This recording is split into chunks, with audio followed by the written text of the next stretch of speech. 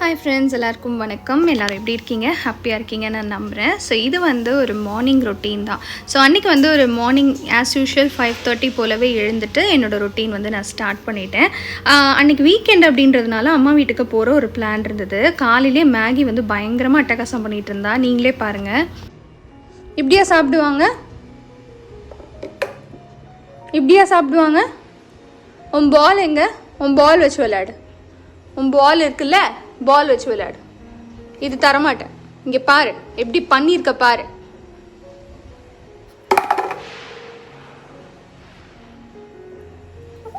No no. So காலையில் அவள் கூடயே கொஞ்சம் நேரம் விளையாடிட்டு அதுக்கப்புறம் நாங்களும் டிஃபன்லாம் சாப்பிட்டுட்டு ஒரு மிட் மார்னிங் போல் தான் அம்மா வீட்டுக்கு கிளம்புனோம். சும்மா ஒரு ஷார்ட் ட்ரிப் மாதிரி தான். வீட்டுக்கு போயிட்டு கொஞ்சம் நேரம் அம்மா அப்பா கூட இருந்துட்டு அப்புறம் ஈவினிங் போல் ரிட்டர்ன் ஆயிடலாம் அப்படின்னு தான். காலையில் பார்த்திங்கன்னா நல்ல மேகமூட்டமாக கொஞ்சம் ட்ரெஸ்லிங் பண்ணிகிட்டு இருந்தது. அதுக்கப்புறம் திருப்பி போகிற வழியில் நல்ல வெயில். அப்புறம் திருப்பி ஈவினிங் நாங்கள் ரிட்டர்ன் வரும்போதும் நல்ல மழை இருந்துச்சு.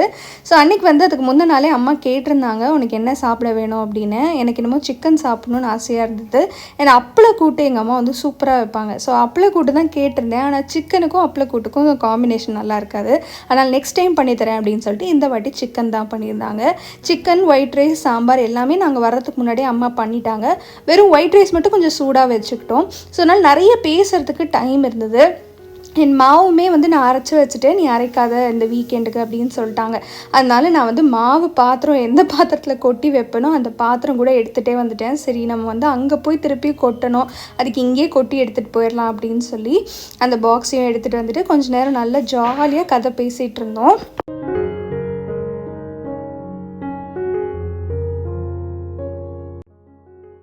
முக்கால்வாசி டைம் இங்கே என்ன காய் விலை விற்கிது, அங்கே என்ன விற்கிது அப்படின்னு நிறைய பேசிப்போம்.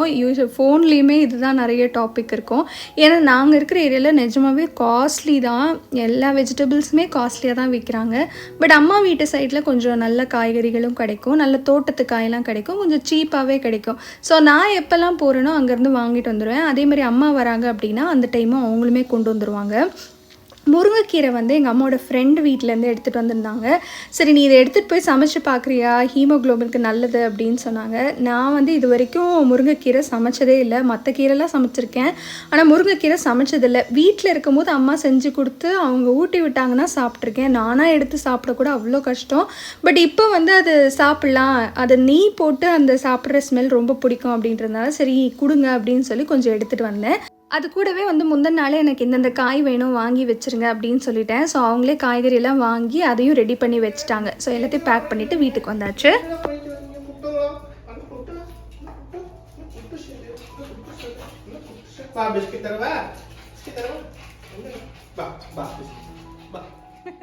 நாங்கள் வந்தோடனே மேகி மைலோக்கு அவ்வளோ குஷி. ஸோ அவங்கள வீட்டில் விட்டுட்டு போகணுன்றதுனால அந்த டைம் கேல்குலேட் பண்ணி வீட்டுக்கு வந்தாச்சு.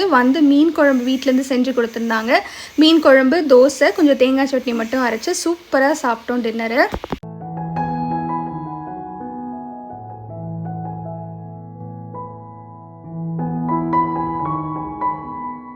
ஸோ அன்றைக்கி ரொட்டீன் ரொம்ப சிம்பிளாக சூப்பராக போயிடுச்சு. ஸோ அடுத்த நாள் ஆஃபீஸ்க்கு போகணும் அப்படின்றதுனால லன்ச் பேக் பண்ணுறதுக்காக இங்கே ரெடி பண்ணிகிட்டு இருந்தேன். கத்திரிக்காய் கொஞ்சம் வாங்கிட்டு வந்திருந்தோம். ஸோ அதனால் கத்திரிக்காய் வச்சு ஒரு தொக்கு மாதிரி ரெடி பண்ண போகிறேன். அண்ட் அதுக்கு கூட இந்த முருங்கைக்கீரை பொரியல் தான் எனக்கு ரொம்ப பிடிச்சிருக்கு. இந்த காம்பினேஷன் சாப்பிட்டதுக்கப்புறமா வீடியோவில் வாய்ஸ் ஓவர் கொடுக்கும்போது சொல்கிறேன், ரொம்பவே டேஸ்ட்டாக இருந்தது. அண்ட் கத்திரிக்காய் தொக்கு ரொம்பவே நல்லா வந்திருந்தது. ப்ரெட் இருந்ததுனால காலையில் ப்ரெட்டும் பட்டாணி போட்டு குருமா வச்சுக்கலாம் அப்படின்னு சொல்லிட்டு பட்டாணி மட்டும் நைட்டு ஊற வச்சுருந்தேன். ஸோ அதெல்லாம் குருமாக்கு ஆஸ் யூஷுவல் ப்ரொசீஜர் தேங்காய் அரைச்சி ஊற்றி செஞ்சாச்சு. இங்கே கத்திரிக்காய் தொக்கு எப்படி செஞ்சேன்னு சொல்கிறேன். நம்ம காரக்குழம்புனா கொஞ்சம் தண்ணியாக வைப்போல, அதே மாதிரி கொஞ்சம் திக்கான கன்சிஸ்டன்சியில். உங்ககிட்ட நிறைய கத்திரிக்காய் இருக்குது அப்படின்னா இந்த ரெசிபி ட்ரை பண்ணிவிட்டு நல்ல சூடான சாதத்தில் ஒரு ஸ்பூன் நெய் விட்டுட்டு கத்திரிக்காய் தொக்கை போட்டு சாப்பிட்டு பாருங்கள், அவ்வளோ சூப்பராக இருக்கும். ஸோ ஃபஸ்ட்டு பேனில் எண்ணெய் ஊற்றிட்டு இதுக்கு நல்லெண்ணெய் ஊற்றினா சூப்பராக டேஸ்ட் இருக்கும். ஸோ நல்லா ஊற்றிட்டு அதுக்கப்புறம் கடுகு, சீரகம், கொஞ்சம் போல் வெந்தயம், நல்ல சின்ன வெங்காயத்தை ஒரு 10-15 பல் வந்து சின்ன வெங்காயம், அது கூடவே பூண்டை வந்து தட்டி போட்டிருக்கேன். ஒரு 2 காஞ்ச மிளகாய், அப்புறம் கருவேப்பிலை, உப்பு இது எல்லாத்தையும் போட்டு நல்லா வதக்கிட்டு நம்ம குட்டி குட்டியாக வெட்டி வச்சுருக்க கத்திரிக்காயும் அதில் போட்டுடலாம். கொஞ்சம் அது பாதி வேக்காடு வந்ததுக்கப்புறமா வந்து நம்ம தக்காளியும் போட்டு நல்லா மூடி வச்சிட்டோம் அப்படின்னா அது குழைய வேகும். அதுக்கப்புறம் நம்ம மசாலா ஆட் பண்ண வேண்டியதான். முருங்கைக்கீரை பொரியல் வந்து முட்டை போட்டு எங்கள் அம்மா பண்ணியிருக்காங்க. அது ரொம்ப நல்லாயிருக்கும். சாதத்தோடு பிசைஞ்சு சாப்பிடவும் நல்லாயிருக்கும். நான் இன்றைக்கி முட்டைலாம் போடாமல் வெறுமையாக ப்ளெயினான பொரியல் தான். கடுகு சீரகம் தாளிச்சிட்டு அதில் வந்து வெங்காயம் போட்டு நல்லா வதக்கிட்டு ஒரு 4-5 பல் பூண்டை வந்து தட்டியும் போட்டிருக்கேன். அதுக்கப்புறம் முருங்கைக்கீரை போட்டு தண்ணி ஊற்றி நல்லா வேக வச்சுட்டு மஞ்சத்தூள் போட்டுட்டு தேங்காய் கூட ஒரே ஒரு பல் பூண்டு 2-3 காஞ்ச மிளகாய் வச்சு நல்லா அரைச்சிட்டு கொரகொரப்பாக இதில் முருங்கைக்கீரையில் மேலே போட்டு செஞ்சோம் அப்படின்னா சூப்பராக இருக்கும்.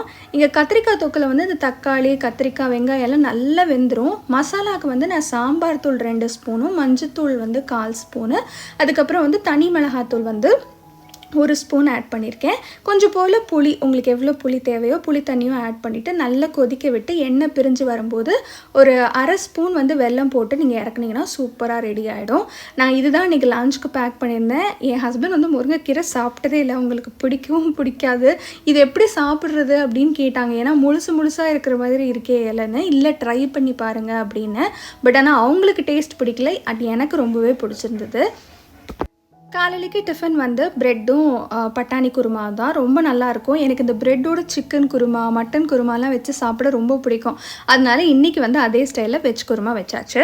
ஸோ இந்த ஷார்ட்டான ஒரு வீடியோ உங்களுக்கு பிடிச்சிருக்கோம் நம்புகிறேன். See you all next time. Take care and bye.